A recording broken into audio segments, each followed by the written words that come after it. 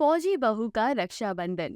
नमिता एक फौजी थी। रक्षाबंधन पर उसका भाई विनीत, जो कि एक बिजनेसमैन था, वो अपनी बहन का इंतजार कर रहा था। नमिता राखी पर अपने भाई के घर आने वाली थी। कहाँ रह गई दीदी, अभी तक क्यों नहीं आई? कब से इंतजार कर रहा हूँ उनका। हमको तो बस देश की सेवा करने से ही फुर्सत नहीं मिलती। वहाँ पर नमिता फौजी ड्रेस में एक बड़ा सा बैग लिए आ जाती है। विनीत अपनी बहन को देखकर बहुत खुश हो जाता है और भागता हुआ उसके पास जाता है और उसे गले लगा लेता है। कब से इंतजार कर रहा था दीदी मैं आपका। आपको पता है आपके ससुराल वाले भी यहीं पर हैं, क्योंकि आपको मुश्किल से 1 हफ्ते की छुट्टी मिलती है। इसलिए हमने सोचा कि पूरा परिवार रक्षाबंधन पर एक जगह इकट्ठा हो जाएगा, ताकि हम सब एक साथ आपसे मिल सके। इंतजार तो मैंने भी बहुत किया है इस दिन का, लेकिन मेरा कर्तव्य मेरे लिए पहले है। और ऐसा नहीं है कि आप लोगों से मैं प्यार नहीं करती, मैं अपने परिवार से बहुत प्यार करती हूँ। लेकिन हर भाई बहन सुरक्षित रक्षाबंधन का त्योहार मना पाए, सुरक्षित दिवाली का त्योहार मना पाए, इसलिए हमें बॉर्डर पर तैनात रहना पड़ता है। खैर ये सारी बातें तो होती रहेंगी, जल्दी से बैठ पे तुझे राखी तो बांध दो। तभी वहाँ पर नमिता का पूरा परिवार आ जाता है, जहाँ पर नमिता की माँ समान सास और पति विनोद, बाकी लोग भी आ जाते हैं। सभी लोग नमिता को देखकर बहुत खुश होते हैं। नमिता की आंखें न जाने क्यों नम थी, उसकी आंखों में आंसू थे। उसे इस तरह से इमोशनल देखकर उसकी सास ममता कहती है, क्या हुआ बहू, तेरी आंखें नम क्यों हैं? कोई बात है क्या?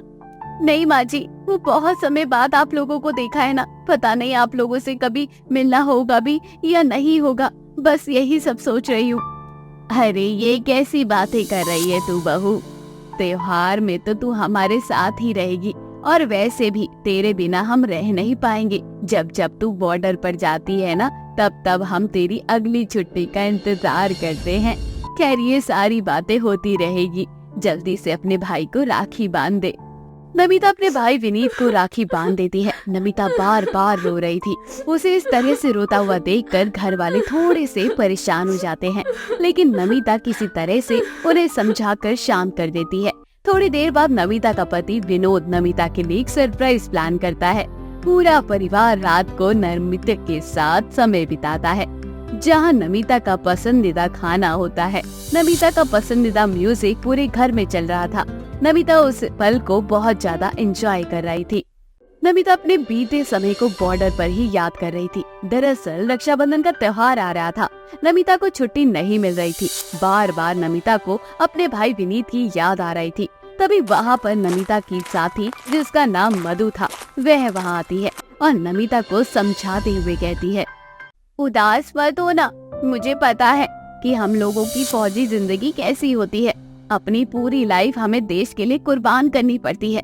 रक्षाबंधन, दिवाली, होली कब आते हैं कब जाते हैं हमें कुछ नहीं पता लगता। हमारे परिवार वालों की आंखें बार बार दरवाजे पर सिर्फ हमें ही आता हुआ देखती हैं।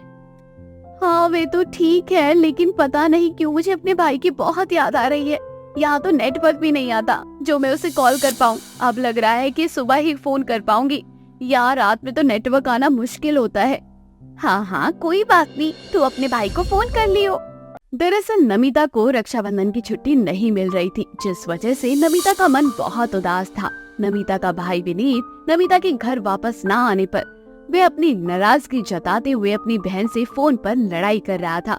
अपने भाई को बहुत समझाने की वह बहुत कोशिश करती है, लेकिन विनीत है कि अपनी बहन से वह नाराज हो जाता है। ऐसे ही लगभग 2 हफ्ते बीत गए। 2 हफ्ते बाद विनीत की फोन पर नमिता का फोन आता है।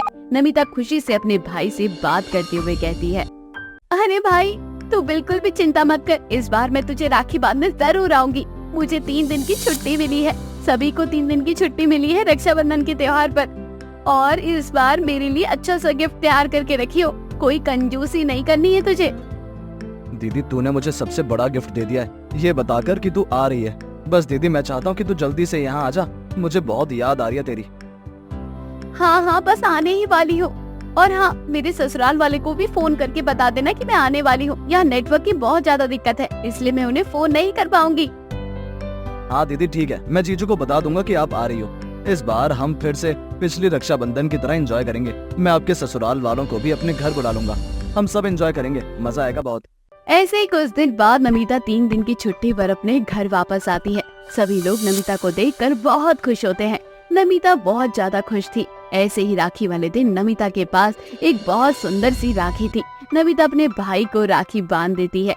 विनीत बहुत ज्यादा खुश था। वे अपनी बहन को राखी बांधते हुए कहता है, इस बार मैं भी आपको राखी बांधूंगा, क्योंकि असल मायने में आप सबकी रक्षा करती हो। आप पूरे भारत की बहन हो, भाई हो, सब कुछ हो। देश की रक्षा करने के लिए आप अपनी जी जान लगा देती हो। इसी तरह से हंसी खुशी विनीत और नमिता दोनों अपना रक्षाबंधन का त्योहार मना लेते हैं। रात को पूरा परिवार एक साथ खाना खाकर एक ही घर में सो जाता है। अगली सुबह सभी लोग उठकर नमिता को ढूंढने की कोशिश करते हैं, लेकिन नमिता उन्हें कहीं नहीं मिलती। विनीत बार बार अपने हाथ की कलाई में बंधी हुई राखी देख रहा था। वे सोच रहा था कि आखिर नमिता कहाँ चली गई। थोड़ी देर बाद विनीत के घर पर किसी की दस्तक होती है। जैसे ही वे लोग दरवाजा खोलते हैं, तभी वहाँ पर बहुत सारे फौजी एक ताबूत में पार्थिव शरीर लेकर आगे बढ़ रहे थे। एक महिला फौजी वहाँ जाकर विनीत को नमिता की शहीद होने वाली बात बताते हुए कहती है, बहुत दुख हो रहा है आप सबको ये बताते हुए कि अब फौजी नमिता हमारे बीच नहीं रही। नमिता बहुत ज्यादा खुश थी, क्योंकि रक्षाबंधन का त्योहार उसके लिए बहुत ज्यादा अहम था। 3 दिन की छुट्टी, ऐसा लग रहा था जैसे उसके लिए कोई खजाना हाथ लग गया हो। वे इतनी ज्यादा खुश थी, लेकिन तभी वे 3 दिन की छुट्टी रद्द कर दी गई, क्योंकि बॉर्डर पर कुछ आतंकवादियों ने घुसपैठ कर दिया था। नमिता इतनी ज्यादा बहादुर थी कि उसने अपनी जान पर खेलकर आतंकवादियों को मार भगाया, लेकिन लड़ते लड़ते आखिर नमिता शहीद हो गई। ये बातें सुनने के बाद पूरा परिवार एकदम से टूट जाता है। सबकी आंखों में आंसुओं का सैलाब उठ चुका था। विनीत बार बार अपने हाथ पर बंधी हुई राखी देखते हुए अपनी बहन को याद कर रहा था। इसके बाद पूरा परिवार नमिता को नम आंखों से श्रद्धांजलि देता है। दीदी 7वीं कक्षा में पढ़ती थी। उसे पढ़ने का बड़ा ही शौक था। वो हमेशा पूरे स्कूल में अच्छे नंबरों से पास हुआ करती थी। सारी टीचर्स उसकी तारीफ किया करते थे। निधि स्कूल से घर जाकर बाजार में पतंग बेचा करती थी। निधि बहुत मेहनती लड़की थी। ऐसे ही एक सुबह निधि स्कूल जा रही थी। उसी के एक क्लास में जिसका नाम अंजलि था, वह निधि से बोलती है, अरे दीदी, तू बाजार में पतंग बेचती है क्या? मैंने कल तुझे बाजार में देखा था। तू बाजार में बैठकर बोल रही थी 10 का पतंग ले लो, 5 का पतंग ले लो। हाँ अंजलि, मैं बाजार में पतंग बेचा करती हूँ, क्योंकि मेरे घर में कमाने वाला कोई नहीं है, बस मेरी माँ और मैं ही है। मेरी माँ घर में सिलाई का काम करती है और मैं बाजार में कभी पतंग बेचती हूँ तो कभी मिर्ची और धनिया बेचना शुरू कर देती हूँ। सच में तो इतनी गरीब है। OMG, मुझे लगा था कि शायद मेरी फ्रेंड हमारे लेवल के हिसाब से है, लेकिन तू तो गरीब निकली। अब ना तुझे मेरे साथ रहने की जरूरत नहीं है, क्योंकि मैं नहीं चाहती कि हमारी बेइज्जती हो जाए। तेरी वजह से सब लोगों को पता चलेगा कि अंजलि की फ्रेंड गरीब है और वे बाजार में पतंग बेचती है। कितनी बड़ी इंसल्ट होगी मेरी। ऐसी बात नहीं है अंजलि, गरीब और अमीर होना तो किस्मत की बात है। और दूसरी चीज ये है कि भगवान ने सबको बराबर बनाया है। ये तो लोगों का अपना अपना सोचना है कि गरीब लोग ऐसे होते हैं और अमीर लोग अच्छे होते हैं। अरे बस बस, मुझे अब तुझसे कोई बात करने की जरूरत नहीं है। आज से हमारी दोस्ती खत्म। कोई बात नहीं, मुझे भी ऐसी नकली दोस्ती नहीं चाहिए जो मेरी गरीबी देखकर दोस्ती तोड़ दे। दोनों स्कूल जाने के लिए अलग अलग रास्ता अपना लेती है। थोड़ी देर बाद वे दोनों स्कूल पहुंच जाती है। स्कूल में उनकी क्लास टीचर अनीता सभी बच्चों को बोलती है, देखो बच्चों, आज से 14 दिन बाद हमारे स्कूल में स्वतंत्रता दिवस मनाया जाएगा, जिसमें सभी बच्चों को मिलजुल कर अपना अपना योगदान देना होगा। जैसे कि जिसको डांस आता है वे डांस करेंगे, जिसको पोएम सुनाना हो या गाना सुनाना हो या एक्टिंग करनी हो पूरे स्कूल में करेंगे। अगर आप कोई मैसेज देना चाहते हैं तो वो भी कर सकते हैं। तो इसके लिए मैं जिन बच्चों को सेलेक्ट करूंगी वे बच्चे अपने इंटरेस्ट के हिसाब से अपना अपना एक्ट तैयार कर लेंगे। ओके।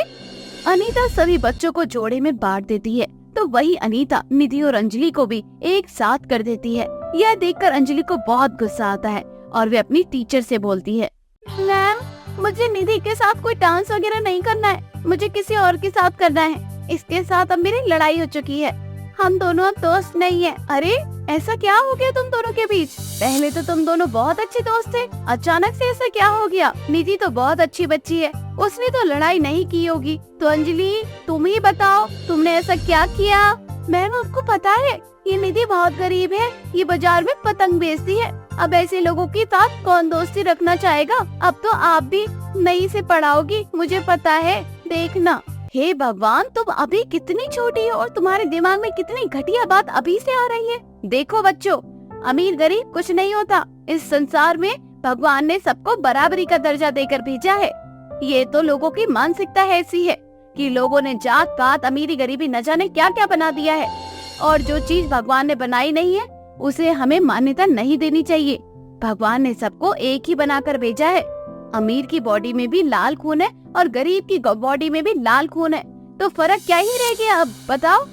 मैम, मैंने टीवी में देखा था गरीब लोग बहुत बेकार होते हैं, और मेरे घर में तो हम लोग अपनी नौकरानी के साथ भी बुरा बुरा व्यवहार करते हैं। इसमें तुम्हारी कोई गलती नहीं है बेटा, गलती तो तुम्हारे पेरेंट्स की है। बच्चे घर से ही सीखते हैं। खैर ये सब छोड़ो, मैं तुम्हारी टीचर हूँ और एक टीचर होने के नाते मैं चाहती हूँ कि तुम निधि के साथ ही परफॉर्म करो। तुम्हें गाना सुनाना हो या डांस करना हो, जो भी करना हो अपने इंटरेस्ट के हिसाब से दोनों चूज कर लेना। और दूसरा चीज, उस दिन तुम दोनों को सुंदर सा फ्रॉक पहन के आना है। न चाहते हुए भी अंजलि को निधि के साथ पार्टिसिपेट करना ही पड़ता है। ऐसे ही अब दोनों सहेलियां मिलकर अपना एक डांस तैयार कर लेती है। देखते ही देखते 15 अगस्त का दिन नजदीक आ रहा था। अंजलि अपने माता पिता से कहकर अपने लिए बहुत महंगी फ्रॉक खरीद लेती है, तो वही दूसरी तरफ निधि अपनी माँ से कहती है, माँ, 15 तारीख को स्कूल में इंडिपेंडेंस डे सेलिब्रेट किया जाएगा और उसमें मुझे ना एक अच्छी सी फ्रॉक पहनना है।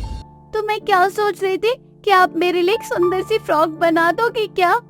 बेटा, तू बिल्कुल भी टेंशन मत ले, मैं तुझे खुद मार्केट लेकर जाऊंगी और वहाँ से तुझे सुंदर सी फ्रॉक दिलवाऊंगी। अरे नहीं माँ, मुझे बाजार वाला फ्रॉक नहीं चाहिए, मुझे अपनी माँ के हाथों का बना हुआ फ्रॉक चाहिए। तो आप मेरे लिए एक सुंदर सा फ्रॉक बना देना, मैं वही पहन के डांस करूंगी।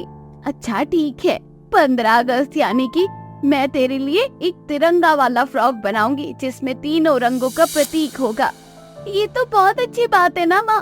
ठीक है, आप मेरे लिए ऐसा ही फ्रॉक तैयार कर देना। ऐसे ही 15 अगस्त वाले दिन सभी बच्चे अच्छे से तैयार होकर स्कूल में जाते हैं। निधि भी स्कूल जाती है। निधि को देखकर अंजलि बहुत हंसती है और कहती है, ये कौन सा फ्रॉक पहन लिया तूने? ऐसा लग रहा है कि तिरंगे को तूने अपने शरीर पर लपेट लिया हो। सच में मेरे साथ डांस करेगी ना तो लोग सिर्फ मुझे देखेंगे, तुझ पर तो कोई ध्यान ही नहीं देगा। कोई बात नहीं अंजलि, मुझे तो खुशी होगी अगर सब तुझे देखेंगे, और वैसे भी मैं जीतूं या हारो मुझे कोई फर्क नहीं पड़ता। हम दोनों बेस्ट फ्रेंड है। मैं जानती हूँ कि तुम मुझसे नाराज है, लेकिन मेरे मन में तेरे लिए कोई नाराजगी नहीं है। चल हट, बहुत बड़ी बातें करने लग गई है। मुझे ना तुझसे कोई मतलब नहीं है। वह तो सिर्फ अनीता मैम की वजह से मुझे ये सब करना पड़ रहा है। थोड़ी देर में दोनों स्टेज पर जाती है और डांस करना शुरू कर देती है। अंजलि स्टेज पर जाते ही पब्लिक को देखकर बहुत ही ज्यादा नर्वस हो जाती है और अंजलि से डांस नहीं हो पाता, लेकिन निधि पूरी हिम्मत के साथ अपना पूरा डांस कंप्लीट करती है। सभी लोगों को निधि का डांस बहुत अच्छा लगता है। आखिरकार अंत में निधि को बहुत अच्छे अच्छे गिफ्ट के साथ साथ उसकी तारीफ की जाती है। साथ ही उसके तिरंगे वाले फ्रॉक की भी बहुत तारीफ की जाती है। तभी निधि अपने हाथ में गिफ्ट लिए अपनी फ्रेंड अंजलि को बुलाती है और कहती है, ये जितने भी गिफ्ट है ना, इन सब की असली हकदार मैं अकेली नहीं हूँ, बल्कि मेरी फ्रेंड अंजलि भी है। अंजलि ने मेरे साथ मिलकर डांस की और बहुत प्रैक्टिस की, और मुझे तो डांस भी नहीं आता था। ये सब डांस मुझे अंजलि ने सिखाया है। वह है इस गिफ्ट की असली हकदार। अंजलि की थोड़ी तबीयत खराब हो गई थी, लेकिन अंजलि बेस्ट डांसर है, तो ये गिफ्ट मैं अंजलि को देना चाहती हूँ। इसकी असली हकदार अंजलि है। मैं आज सबके सामने निधि से माफी मांगती हूँ कि मैं हमेशा से निधि को बहुत गरीब गरीब कहकर बुलाया करती थी। मैं इसका बहुत मजाक बनाया करती थी, लेकिन आज मुझे इसका इतना बड़ा दिल देखकर समझ आ गया है कि गरीब और अमीर कुछ नहीं होता। इंसान अपनी इंसानियत से बड़ा होता है।